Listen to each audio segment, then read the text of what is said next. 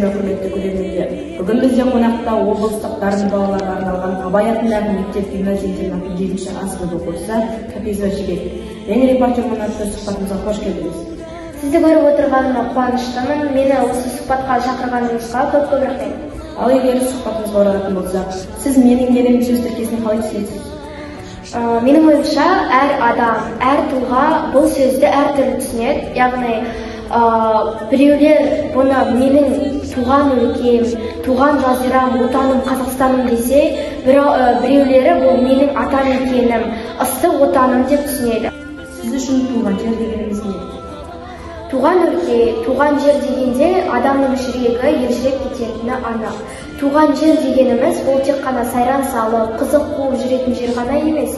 Сонымен қатар біздің өткеніміз бен жарқын болашағымызды теңестіретін айқын бір бөлшегі. Сонда сіз қай жерден тумасысыз? Менің туған өлкем бұл Батыс Қазақстан облысындағы Теректі ауданы Ақжайық ауылы болып табылады.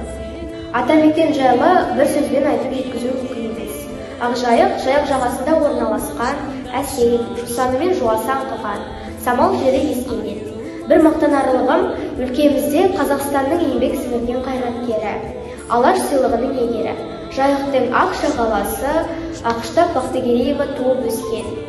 Оның өлеңдерінде оның туған өлкесі, Қазақстанның азаматшалары жайлы үлкен етіп өлеңдерінде жазылып кеткен.